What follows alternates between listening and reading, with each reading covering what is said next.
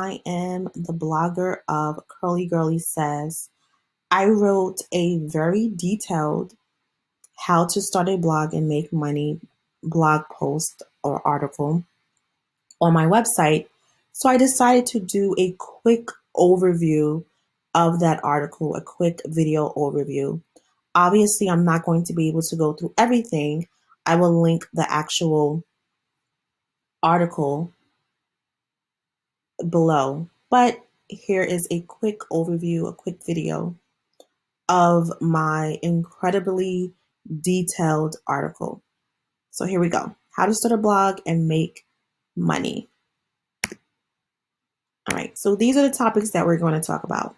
Why start a blog, choosing your blogging niche, choosing a domain name and hosting service, choosing a reliable hosting service, choosing a WordPress theme, install must-have plugins, pages to include in your blog, the importance of publishing quality content,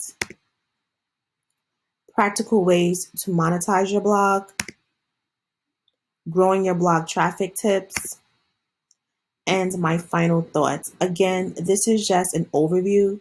I have an incredible detailed article. I also have a free 5-day start a blog email course where I will also walk you through starting your blog. So again, this is just an overview to get a gist of what my article is about. And feel free to also sign up for my free 5-day email course where I walk you through from start to finish. By the end of the course, you will have an up and running blog. And if you do choose the blog through that course, you will have access to me to help you and guide you to make sure that you have a fully functioning blog. So the first thing, why start a blog? So number one, I'm not going to sit here and read everything. You can always pause it. You can always go to the article. I'm just going to give an overview. Basically, it opens up a lot of opportunities for you. So for example, when I started my blog, I didn't have a lot of Instagram followers. I didn't have a strong presence on social media, but I was able to land a lot of great partnerships because I had a website. So it made me look like I had more authority than I really did.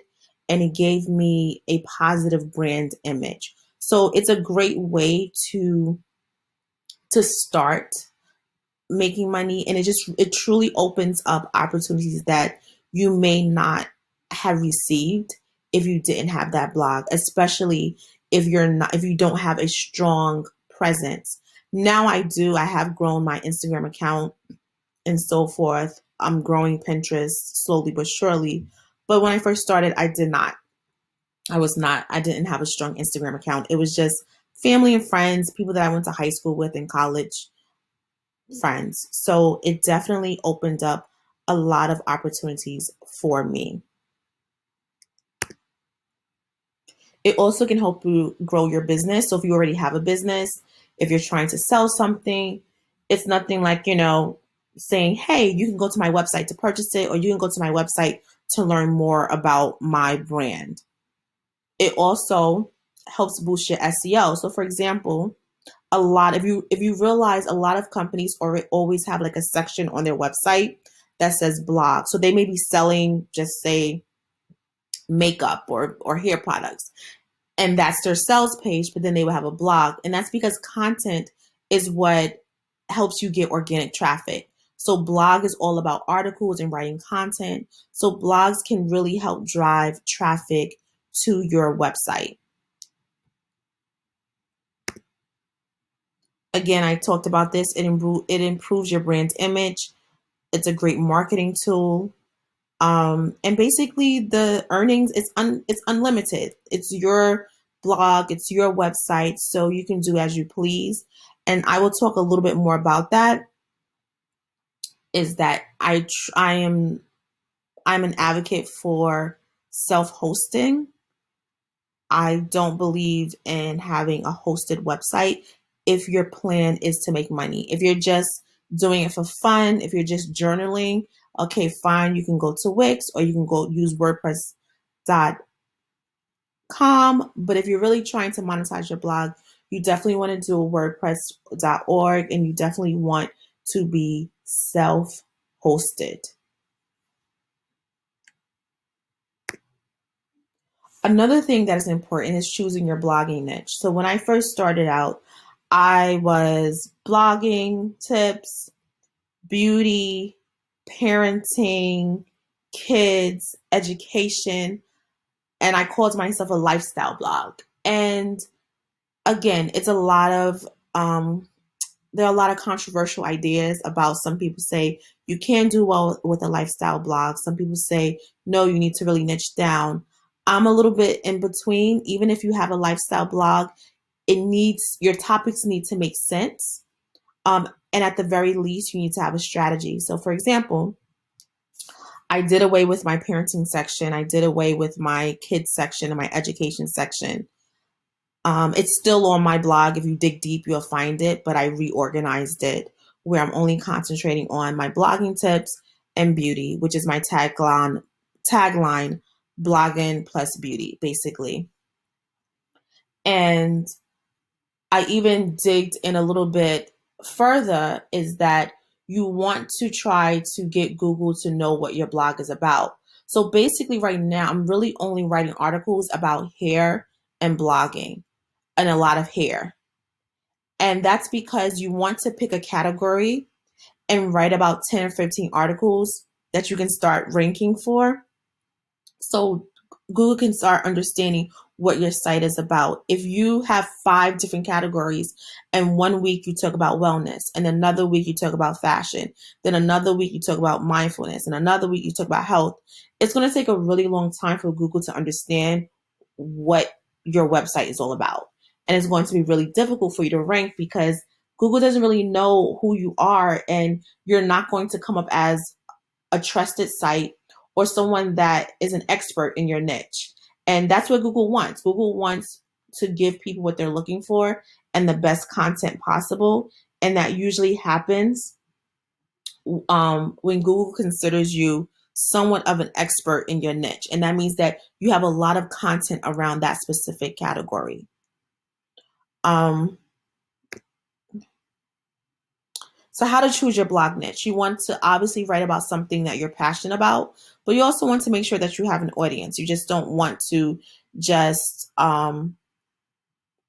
just write about your passion, because there may not be an audience for your passion. If you want to make money, blogging is not for your personal journaling. Again, if you're just doing for fun, but long are the days where you just write about yourself and write a story. It's really about answering and helping people and solving their problems.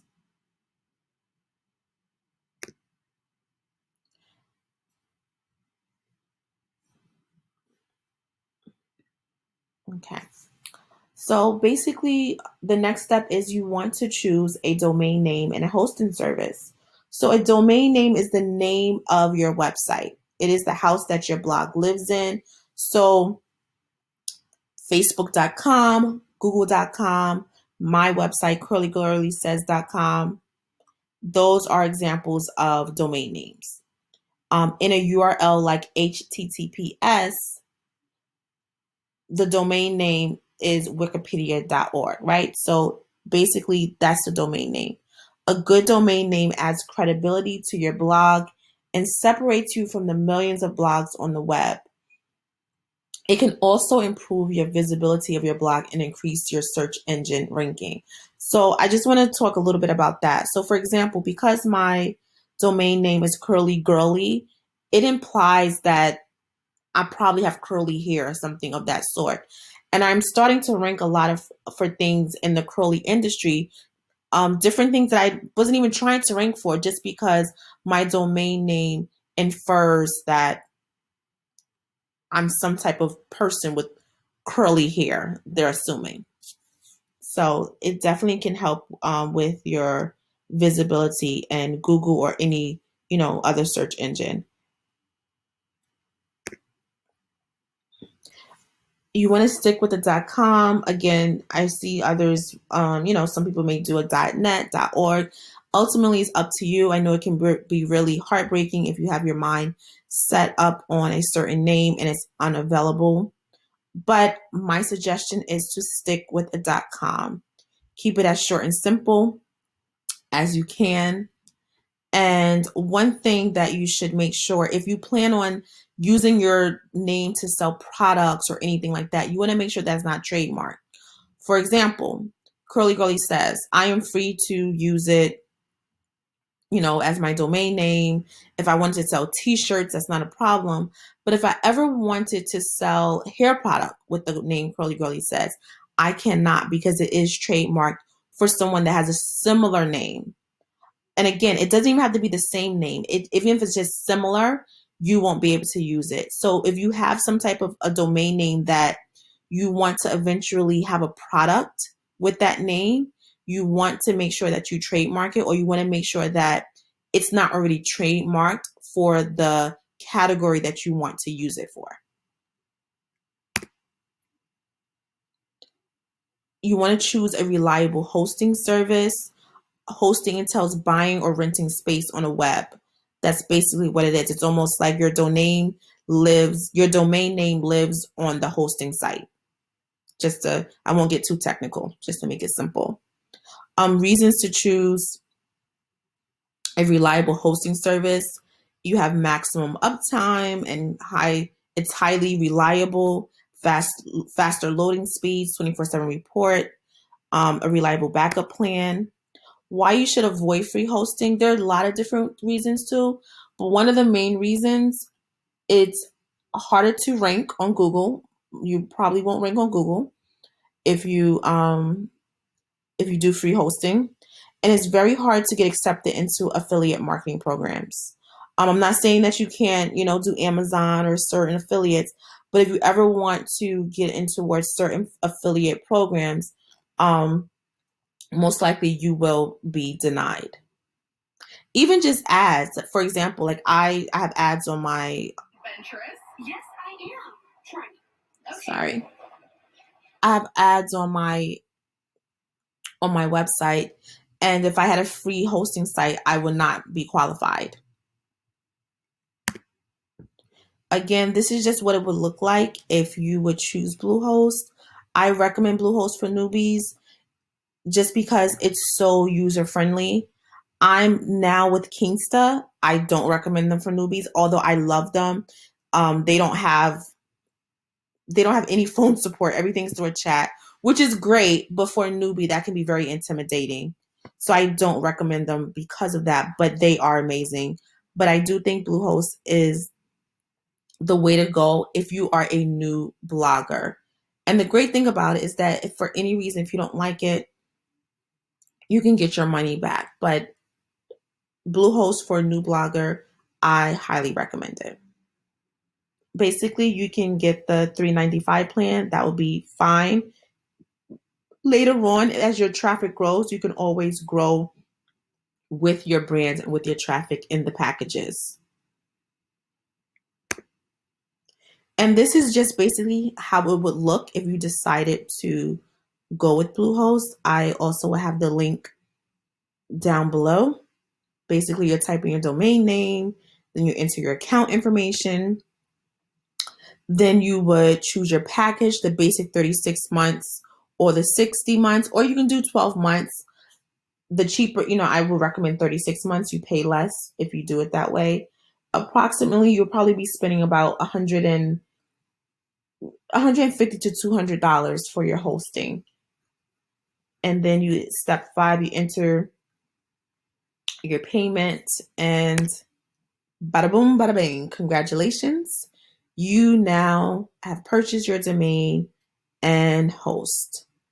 One thing that I really like about Bluehost is that they install WordPress for you. So that's another technical piece that, again, why I recommend Bluehost for new bloggers is because they take a lot of the technical piece out. And even with them taking out the technical piece, there's still going to be a learning curve, which is fine. It's to be expected. Again, if you decide not to go with one of Bluehost's themes or free themes, you can go to ThemeForest and you can choose your own WordPress theme. For example, I chose Karina. When I saw that, I knew that's what I wanted. That's what I envisioned. It was right on brand. So it's important to, find something that you can identify with. You want it to be SEO friendly.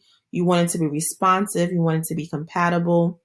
Again, I will link my article where you can read all the details about how to go about choosing your WordPress theme.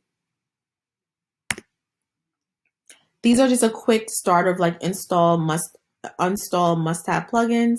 Yoast SEO is just a great guide to help you help your site meet, the SEO standards. Again, it's not the Bible, it's just a guide. I actually pay for it. Excuse me. I have the premium. Optimal is a great way to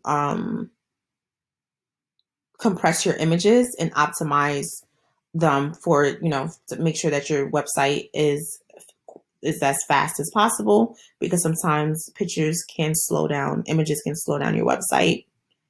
Akismet, it's great for spam. You're going to realize that once you put up your comment section, you're going to get a lot of spam.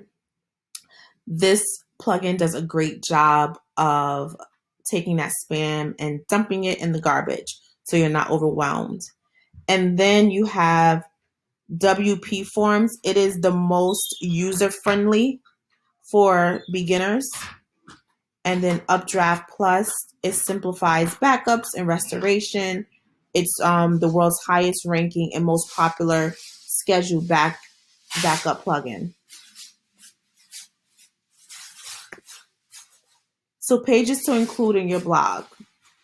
Affiliate disclosure, that's something you definitely will have to have, especially if you're with Amazon. You have to let people know that if they purchase anything from your link, that you will make a commission. And of course, at no cost to them. If you notice on my blog, if you check my blog out, I actually have that at the top of each post where it says, this post may contain affiliate links, and just, disclosing that to my audience, terms of conditions, privacy policy, homepage, about page, and contact us page. Again, if you read the article, I go into a little bit more detail about these basic pages to include in your blog. And then you also want to publish quality content. Includes a catchy title, easily scannable, solves visitors' problems. It can be accessed on any device, written in a conversational tone.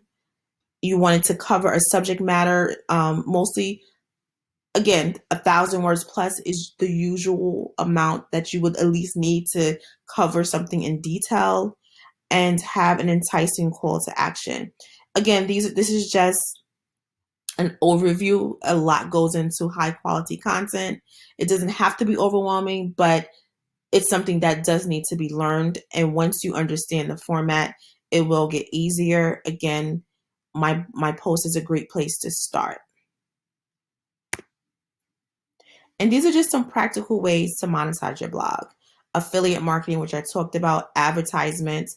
Again, you won't be able to have advertisements if you have a free host, sponsorships, and email marketing. And that's something that's very important. I actually get a lot of I get a lot of visitors from email marketing, through my funnels. I get a lot of sales through my email, my emails. So collecting emails, you should do that from the very beginning. And it's very important to have an email list. You want to start monetizing your blog from the very beginning. You don't have to wait. Again, obviously you want to concentrate, on writing quality content and building your brand, but you don't have to wait until a year or 5 months. Once you have about a couple of articles up and you understand, a little bit of what you're doing, you can start monetizing with affiliate links. And usually affiliate marketing is the best way to start.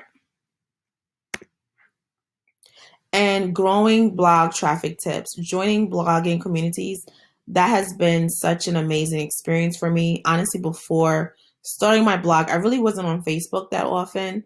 But now that I am blogging, I'm definitely probably on it more than any other social media platform. And I love it because there are so many different communities. There's some communities where it's more so just camaraderie and just, helping one another. And there are other communities where you can really like promote your blog and Pinterest and social media and so forth. So I love my blogging communities. They, I don't know what I would do without them. You want to comment on other blogs? I definitely know when people comment on my blog, I always kind of like I always go to their website and kind of poke around just to see who they are. I like reading blogs and to kind of see if I can connect. And social media is your friend, especially, Pinterest and Twitter, Facebook and so forth. A lot of people kind of just stick with Instagram. But remember, Instagram a lot of times isn't clickable. So there is power to being able to just click on a link. So you definitely want to explore maybe other social media platforms that you're not really accustomed to. And just one more thing, my final thought is that the most important thing about starting blogging is consistency.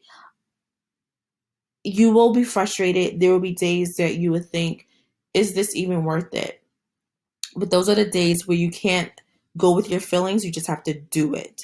And if you are consistent, because, if you look to your left, you look to your right, there'll be a lot of bloggers that started out that didn't make it. But if you're consistent, you will be rewarded. So consistency is the key. Get a schedule. Don't give up. And again, that's why it's really important to join the blogging communities, because on those days when you're feeling frustrated, you can have someone to support you. And sometimes you just need guidance. I learned so much just from other people asking questions. And then from the responses, I'm like, oh, I didn't know about that, So, and I'll start investigating, from the comments and so forth. So there is great value in the blogging community. And one thing is the support that it gives you. And last but not least, be compassionate to yourself.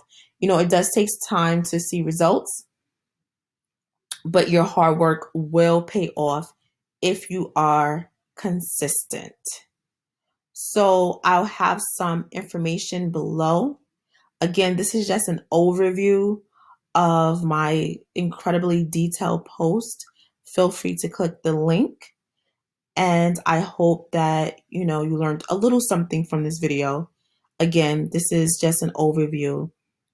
And I tried to go as quickly as possible. I didn't want to, make the video too long. So thank you for watching, or listening rather. And I hope to see you around. Leave me a comment.